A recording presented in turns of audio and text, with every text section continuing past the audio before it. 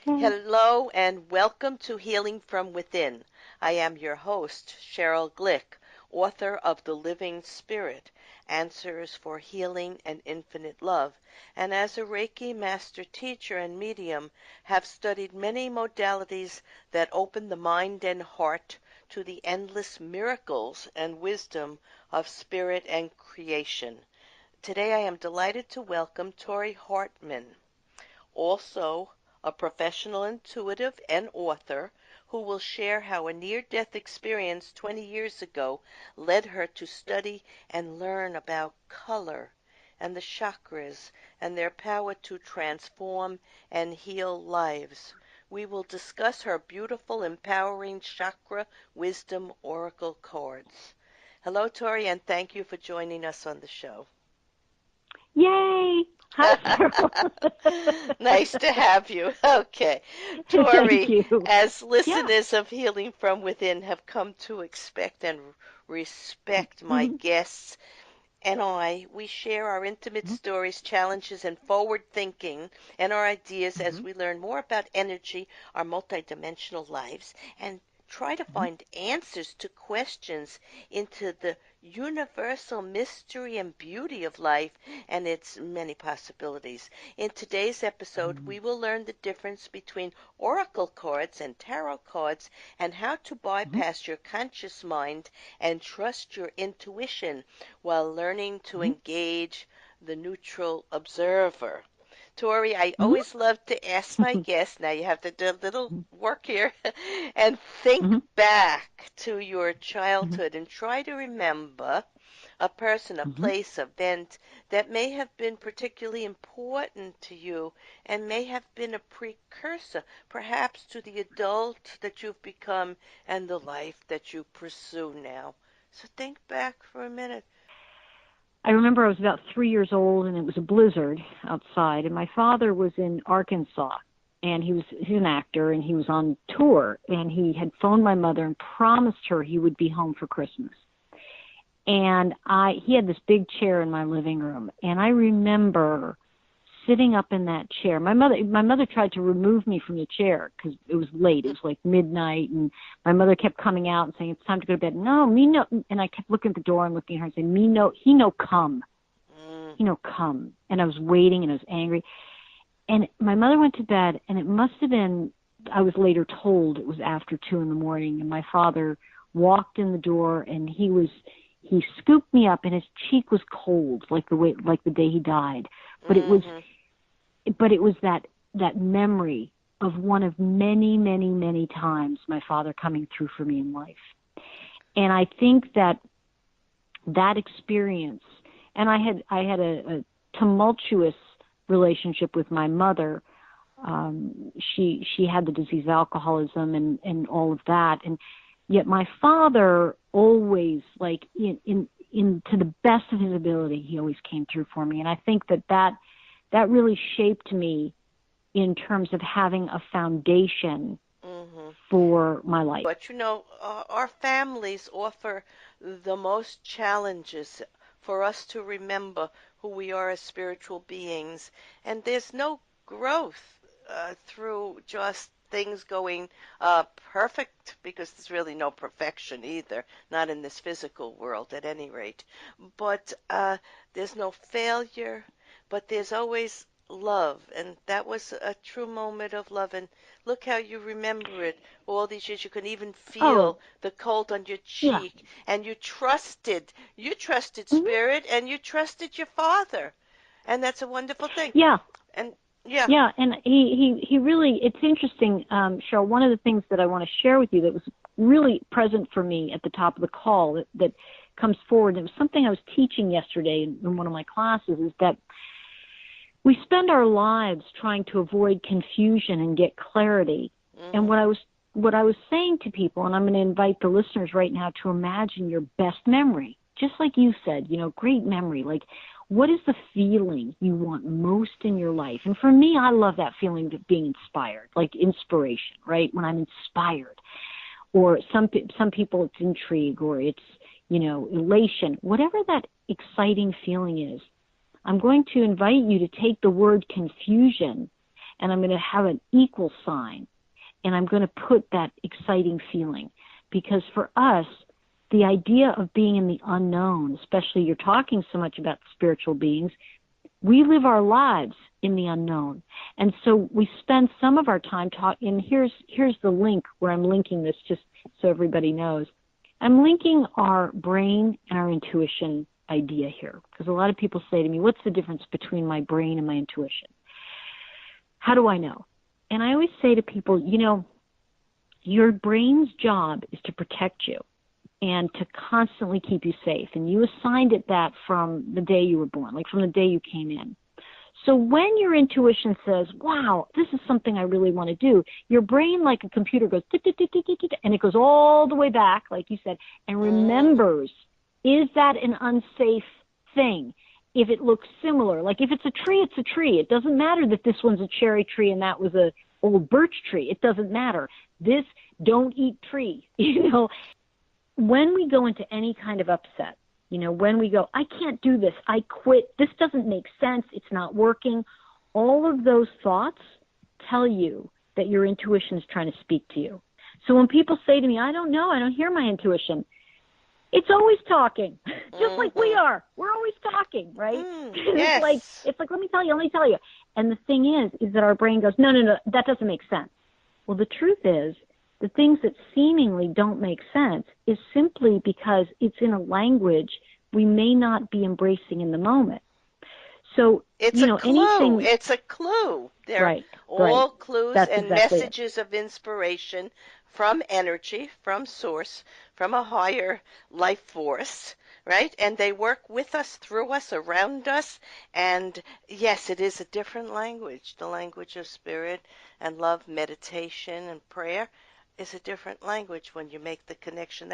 That's very beautifully said. So we have to live in the physical world, and we have to live in our energy or intuitive world, but we have to bring them together so that we can have this best run in this world and accomplish the most essence, most growth for our spiritual energy, because it's not just about the physical world.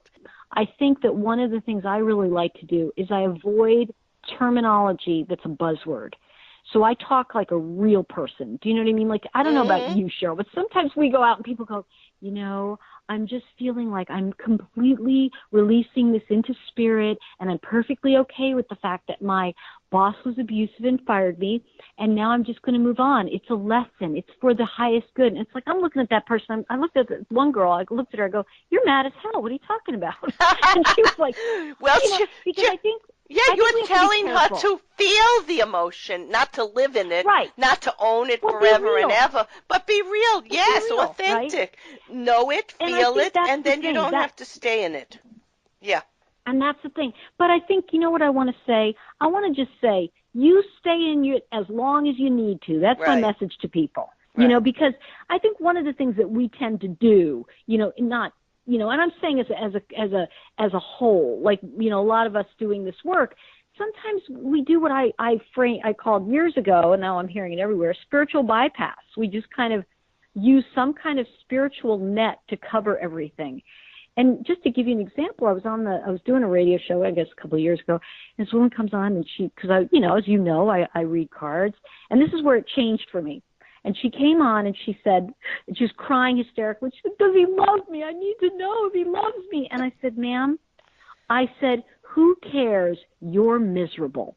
Right. You don't need a psychic. You need to love yourself, right? Well, but you see, here's the thing. That's what I'm saying by spiritual bypass. She won't know what love yourself means. It is not in her vocabulary. She wouldn't even get that.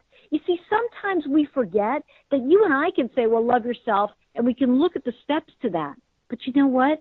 It took me years to understand. When people would say, love yourself, I go, oh, that's so stupid, because I didn't know what the steps were. Until one day, I had someone to say, I'm really unhappy. I don't love myself. And I said, wait a second. Don't you have a nice home that you bought? And she said, yeah. I said, don't you work at a great job that you love? She said, yeah. Mm-hmm. And I said, don't you? And I went through these things that I knew she had, the external. And she said, but that's not my internal. And I said, let me tell you something.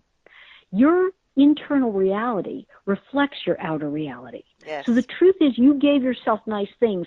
So somewhere in there you love yourself. Right. Now where you've got Well, this we're old pattern going. yeah, we're recreating our life, and if things are working well, then it's because you are living well, you're thinking well, Right, you're the being pattern. well, But right. The pattern there's is there. another piece to this, Sheryl. There's another piece that we sometimes forget, and that is that we may have moved past those old buzzwords, right? So if we look at that woman on the radio, right, you know, she didn't know how to love herself. You see, what I'm trying to differentiate here is not the techniques to do with, you know, with what we do, but more like we have to meet people where they are. This Yes. woman needed therapy, not spiritual work in that moment. And, Right. you know, because I think everything's valid. I'm the person that says, you know, when I have a backache, I go get acupuncture. Now, the thing is, you know what you need. And sometimes people are in such upset, we can't help them with applying spiritual tools that they don't know how to use, which comes to what my work is about, which is making spiritual tools simple so that, there's always a so that you can apply them. Like they're realistic. They're not just, because I had this conversation, I love that you brought this up. I had this conversation with a woman in my club, and she said to me, so I know I just need to love myself. And I said, well, what does that mean? And she went, I don't know. And I said, that's okay. Well, it means, really it means you have to get past your low vibrational thinking and anger and pain and sorrow and you and I. Yeah, we know but that. you've got to start somewhere, and you have to put in the effort. You can't. You got to put in some effort here. But that doesn't mean she's not putting in the effort. It just means she doesn't know what to do. See, I think that's the thing. Is like sometimes we just have to say, you know what? I know I'm not, quote, loving myself, but I don't know what to do. So diving under the wave, as I like to say, and getting to what that person needs. So when I said to this woman, and I was in rapport with her, hey, you know, you don't need to know about whether this guy loves you or not, because that's just, as you're saying here, Sheryl, that's lower vibrational. It's like shooting heroin, because that's just a fix. Yes, it's absolutely. not the real issue. So I think the biggest thing that we can come away with in this conversation is when we know what the real issue is, we may not know how to resolve it.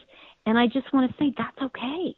Like, we just have to be getting long to the problem or the underlying fear, because everyone wants to move from fear or pain to joy and happiness, but they don't know how. That's what you're saying. Right. And almost every experience, every minute of the day is a constant reflection of trying to move in our experiences from one end of the spectrum to the other. But we can learn how to do that by being aware, paying attention, watching the messages, the intuition, the clues.